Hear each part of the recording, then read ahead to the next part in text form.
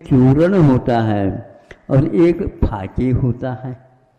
एक आटा के रूप में पिष्टी होती है और एक जो है चूर्ण होता है।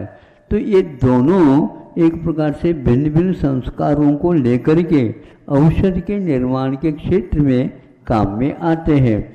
दूसरा तीसरा कौन सा आता है? काढ़ा। काढ़ा मानते चला। काढ़ा का अर्थ क्या होता है? वह एक प्रकार से पानी में बनता है और उबाल देते हैं तो वह काढ़ा हो जाता है। किसी को खांसी हो जाए इत्यादि हो जाए तो अब पानी का स्वरूप बदलता जा रहा है। जब काढ़े से हम आगे बढ़ते हैं तो वह बनता है क्वाथ। तो वहाँ एक प्रकार से एक गिलास है, मान लो आधा गिलास रह जाता है अथवा 4 आना भर रह जाता है, ये है क्वाथ कहलाता है। इसके पीने से खांसी आदि तो दूर हो सकते हैं लेकिन पानी की प्यास वह बुझती नहीं है।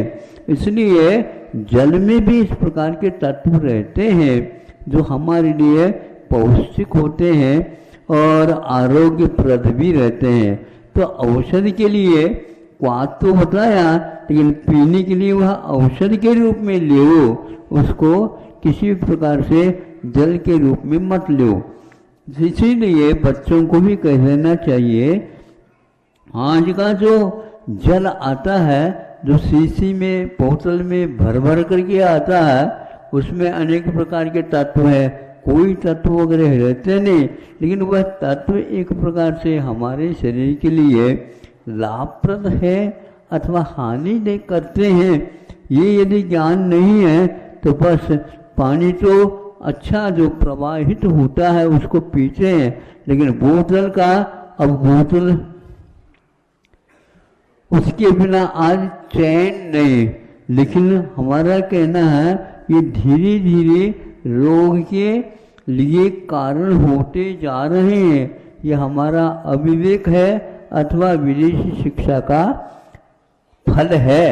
विदेशी शिक्षा में यही होता है, वह कब छाना क्या नहीं, ये कोई भी ज्ञान नहीं रहता। उसमें जीव रहते हैं, उसको छानते नहीं है तो हमारे लिए सीधे पीते हैं तो निश्चित रूप से हानिकारक होते हैं। पेट में योनिस्थान बनने में देर नहीं लगता। पेट में यद्यपि जठराग्नि रहती है फिर भी हम उसको सुरक्षित रखेंगे तो ये काम में आता है। पेट में जाने के उपरांत जो आपने भोजन किया है उसमें क्या होता है कि सचित यानी जिसके जीवत्व है उसका यदि सम्मिश्रण होता है तो वहाँ पर जीवों की भी उत्पत्ति हो जाती है। इसलिए द्विदल का विधान किया गया है। द्विदल दाल ले लो तो कोई बाधा नहीं है, लेकिन दाल को यदि हम मठा है या दही है इसके साथ लेते हैं तो भी